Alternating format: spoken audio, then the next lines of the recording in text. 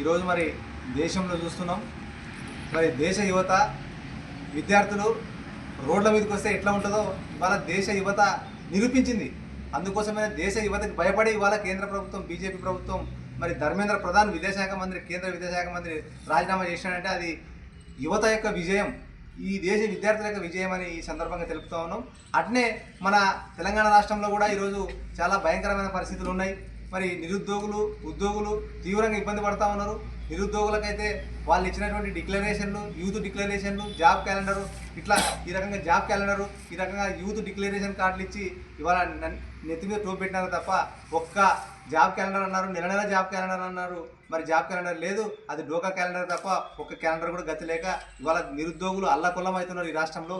మరి చూస్తున్నాము, వాళ్ళ అగ్రనేత ప్రియాంక గాంధీ మరి సరూనగర్కి వచ్చి ఆ రోజు యూత్ డిక్లరేషన్ పేరు మీద మేము వచ్చిన ప్రతి సంవత్సరం లోపలనే మరి 2 లక్షల ఉద్యోగాలు ఇస్తామని, మరి చదువుకునే విద్యార్థినులకు స్కూటీలు ఇస్తామని, మరి అదేవిధంగా నిరుద్యోగ భృతి 4,000 ఇస్తామని చెప్పిపోయింది.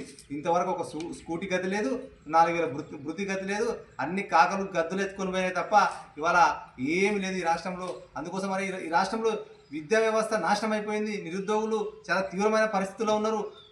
ఎట్లయితే ఢిల్లీలో జంతర్ మంతర్ దగ్గర జరిగిందో ఈ రాష్ట్రంలో కూడా ఖచ్చితంగా ఆ పరిస్థితి వస్తుంది. రేవంత్ రెడ్డి ఇప్పుడు విద్యాశాఖ మంత్రి రేవంత్ రెడ్డి ఉన్నాడు, సమాన ముఖ్యమంత్రి. ఖచ్చితంగా రేవంత్ రెడ్డి ముందస్తుగానే గ్రహించి ఈ జెన్జీ తరం అంటే జనరేషన్ జీ తరం వచ్చింది, ఖచ్చితంగా గ్రహించి ఇవాళ విద్యాశాఖకు నువ్వు ఏం చేయలేదు కాబట్టి ఖచ్చితంగా మళ్ళొకసారి తెలంగాణ రాష్ట్ర యువత మరి నిరుద్యోగులు రోడ్ల మీదకి వస్తే పరిస్థితి ఎట్లా ఉంటుందో ఢిల్లీలో చూసినావు కదా. అందుకోసం మనం ముందస్తుగా ఈ తెలంగాణ విద్యాశాఖ మంత్రి రేవంత్ రెడ్డిని రాజీనామా చేయాలని ఈ సందర్భంగా డిమాండ్ చేస్తా ఉన్నాం.